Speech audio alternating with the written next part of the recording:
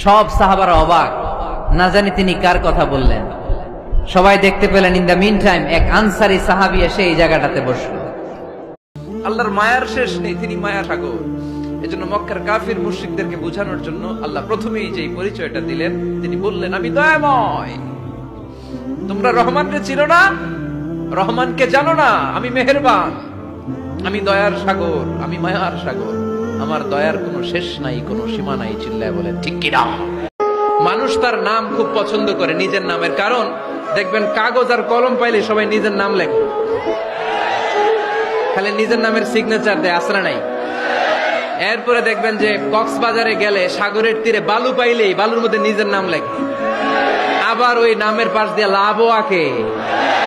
ক্ষমতার অহংকার দেখাবি না, টাকা পয়সার গরম দেখাবি না।